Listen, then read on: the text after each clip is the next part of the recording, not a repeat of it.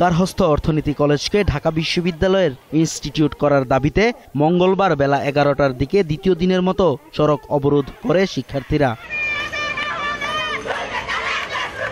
দীর্ঘদিনের আন্দোলনের প্রেক্ষিতে 6 মাস আগে শিক্ষা মন্ত্রণালয় কমিটি করেছিল, কিন্তু এখনো প্রতিবেদন না দেয়ায় ক্ষোভ প্রকাশ করেন শিক্ষার্থীরা।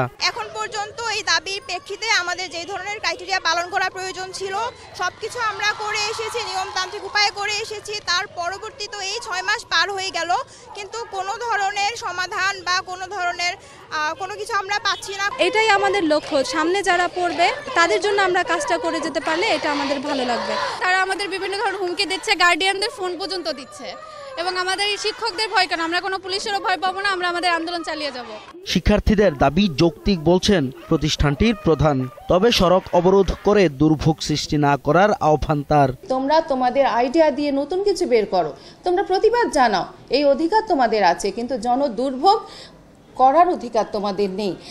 জনগণের চলাচলের অধিকার, সাংবিধানিক অধিকার, এখানে তোমরা হাত দিতে পারো না, এটা অত্যন্ত বড় অপরাধ। পরিস্থিতি নিয়ন্ত্রণে মোতায়েন রয়েছে আইনশৃঙ্খলা বাহিনী।